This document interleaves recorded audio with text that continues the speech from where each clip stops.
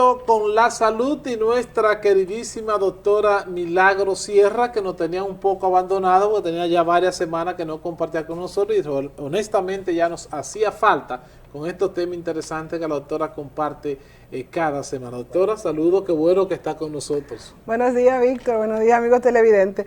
Es importante que tu presencia se sienta, pero es más importante que tu ausencia se note. Así que muchas gracias por extrañarme. Eso es como cuando de cuánto tiempo no me desaparecía, a veces es importante. Así es, sí. así es. Doctora, hoy con un tema, como siempre, trastorno de la conducta alimentaria es el tema que usted va a compartir con todo el público de Contacto Diario en el día de hoy. ¿En qué consiste este trastorno de la conducta alimentaria? Mira, Víctor, es un tema muy de moda, sobre todo ahora que la gente ha comenzado a cuidarse o que está en boga estar fit. Sin embargo, hay una línea muy delgada que mucha gente cruza y no se da cuenta. Los trastornos de la conducta alimentaria son varios trastornos en los cuales la parte medular del tema es la forma de comer y los hábitos alimenticios y cómo estos son algo que se le sale de control a la persona. Entonces tenemos básicamente dos trastornos que son los más conocidos, que es la anorexia nerviosa y la bulimia nerviosa, que son trastornos tanto mentales como físicos, en los cuales en la anorexia la persona tiene una capacidad de controlar su apetito hasta el punto de que no necesita ingerir más que mínimas cantidades de alimento, y con eso puede pasar días y semanas, y una pérdida de peso ponderal importante, en la cual el paciente pone en riesgo hasta su vida. Sin embargo, en su mente se sigue sintiendo obeso, se sigue sintiendo sobrepeso, entonces continúa llevando un régimen y una restricción de alimentación que lo lleva a una delgadez extrema que puede inclusive perder la vida. Y la bulimia nerviosa es cuando el paciente come de una manera compulsiva, después de pasar un tiempo importante o en dieta o restricción alimenticia con fines de no aumentar de peso, pierde el control, come por impulso, hace lo que se llaman atracones de comida, lo suele hacer con comidas muy cargadas en carbohidratos o grasas, porque eso es lo que el cuerpo necesita. Entonces, al romper esa voluntad y caer en la compulsión de comer de manera excesiva, el paciente entonces siente culpa e intenta descartar la comida, ya sea induciéndose al vómito, purgándose o volviendo a restringir su alimentación básicamente por un par de semanas más, hasta que el cuerpo no puede más y vuelve y rompe el ciclo, entonces vuelve otra vez a comer por impulso. Y esto genera también trastornos importantes de alimentación, pero sobre todo de la salud. Doctora, usted inició el conversatorio diciendo que como el FIT, ¿verdad?, está de moda. ¿Por qué ahora y no antes? Porque el trastorno de la conducta alimentaria no es nada nuevo. No es nuevo. Es algo que viene de toda la vida. Ahora, ¿por qué ahora y no antes? Mira, Víctor, hay una variante importante y es que muchas cosas han cambiado y desde que nos formamos en salud mental, que hace ya casi una veintena de años, nosotros... No se puede decir, doctor. Sí, son experiencias. Nosotros oíamos que los trastornos de la conducta alimentaria se veían en personas como, por ejemplo, personas con necesidades especiales de un peso adecuado, como las modelos, las bailarinas, y personas que tenían una alta exigencia en lo que era una necesidad de una imagen corporal.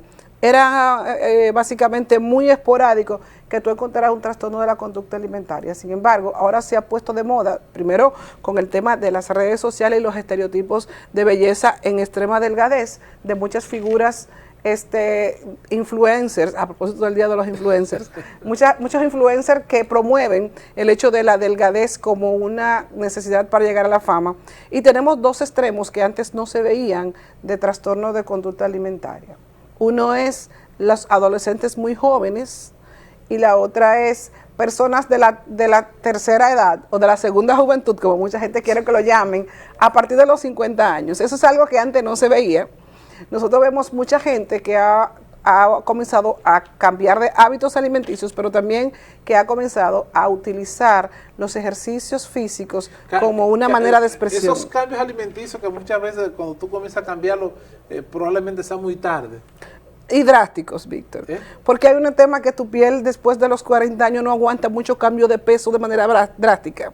Y sobre todo que esa flacidez y ese aspecto que la gente tiene a veces de parecer convaleciente de una condición grave, tiene que ver en mucho con esa pérdida brusca de peso que no le va muy bien a la gente de la edad avanzada, y también el tema de que se ha puesto muy de moda las cirugías para control de peso, desde la cirugía bariátrica, el balón gástrico y otras, manga gástrica y otras modalidades, que personas aún sin necesidad de controlar su peso de manera importante, porque son cirugías para personas con obesidad mórbida, o sea, con obesidad que pone en riesgo su vida. No son cirugías drásticas para personas que tienen un peso ideal o cercano a lo que es un peso correcto, que no necesitarían una situación tan drástica para controlar su peso. Por eso se llama a este tipo de personas, ahora hay otra variante que eso no existía cuando yo estudié, que se llama vigorexia. Gente que tú lo ves, que su porciento del cuerpo, su distribución es un 90% músculo y prácticamente cero grasa. Esa condición también es ¿Cómo algo, se llama? vigorexia. Vigorexia. Y es muy frecuente en personas de edad avanzada. Muy bien. Doctora, estamos frente a un paciente que tiene esta condición de trastorno de conducta alimentaria. ¿Cuál es la recomendación? ¿Qué hacer para controlar este trastorno? Lo primero es decir que esto es un trastorno muy grave, que pone en riesgo la vida de las personas y que muchas personas nos llegan en condiciones muy avanzadas, porque no se ve. Y ahí mismo, doctora, ¿por qué hoy más que ayer hay personas que padeciendo de este trastorno? Por el tema de la imagen, por la necesidad de una imagen adecuada, y sobre todo hemos tenido un impacto importante de los medios de comunicación en la autoestima de la persona. La gente tiene ahora mismo esquemas mentales de personas que promueven ese tipo de conducta o simplemente publican sus hábitos alimenticios, y como son personas de gran influencia, la gente suele continuar, seguirlo. La proliferación de tantas dietas y tantas situaciones. Inclusive hay una película que yo recomiendo a los padres, sobre todo porque no es una película para que un adolescente lo vea solo, sino en compañía de sus padres. Hay una película que está en Netflix y varias plataformas de streaming, que es Hasta el Hueso. Esa película narra lo que es la enfermedad total y muestra cómo una adolescente cargada de conflictos familiares se refugia en controlar lo único que está en control en su vida, que es el peso, y comienza a tener anorexia nerviosa. Esto siempre ha existido como trastorno, pero en este momento estamos mirando con mucha frecuencia adolescentes muy jóvenes con trastornos alimentarios. Yo tengo historia, por ejemplo, de alguien que pasó una semana solamente ingiriendo agua y masticando chicles, sin comer absolutamente nada.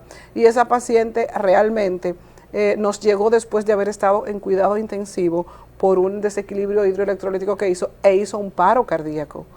Entonces, después de ser reanimada, llevada a cuidados intensivos, nos llegó a consulta, y es una paciente que tiene que ver la psiquiatría, tiene que ver la nutrición, tiene que ver muchas veces cardiología, endocrinología y en muchas ocasiones hasta hematología, para poder volver a darle el equilibrio de sus problemas de anemia, cardíacos, renales. Y estas pacientes a veces mueren por falla cardíaca de manera súbita, o sea, pueden ir caminando y caer con un infarto fulminante porque el potasio le baja tanto que pueden morir de manera súbita. O sea que esto es una condición muy grave y el pronóstico es muy malo, porque la respuesta del paciente es solamente un 30% al tratamiento, de manera que un 70% fallecen por complicaciones de este trastorno. Bueno, doctora, pues una vez más tenemos que agradecerle por esos temas que ustedes comparten cada miércoles. Trastorno de la conducta alimentaria. El próximo miércoles, si Dios lo permite, vamos a hablar para que la doctora nos hable de esos pacientes que son vigoréxicos, ¿verdad? Así es. Así es. Así que son, atención a Melvin, que son 90% músculo y 10% grasa. Gracias. Correcto. Que no es un balance saludable. Sí. Producto de ese trastorno de las conductas alimentarias. Gracias, doctora, por compartir con nosotros como cada miércoles, y ojalá que el próximo miércoles ya la doctora, pues nosotros corresponsables de enviarla, ¿verdad?, hacer esas maestrías y esos diplomados para seguir alimentando su conocimiento y ponerlo de manifiesto en beneficio de todos sus Y pacientes. el próximo miércoles tenemos mental. ya el jengibre navideño porque ya estamos en Navidad. Así es. Víctor Puntiel, junto a un equipo de experimentados profesionales, hacen de Contacto Diario la revista matinal más completa de la televisión regional. Entrevistas, análisis, comentarios, reportajes, deportes, farándula y todo el acontecer nacional e internacional. Estás en Contacto Diario de lunes a viernes de 8 a 9:30 de la mañana por el canal 8 de Telenor. Contacto Diario, la revista matinal más completa de la televisión regional.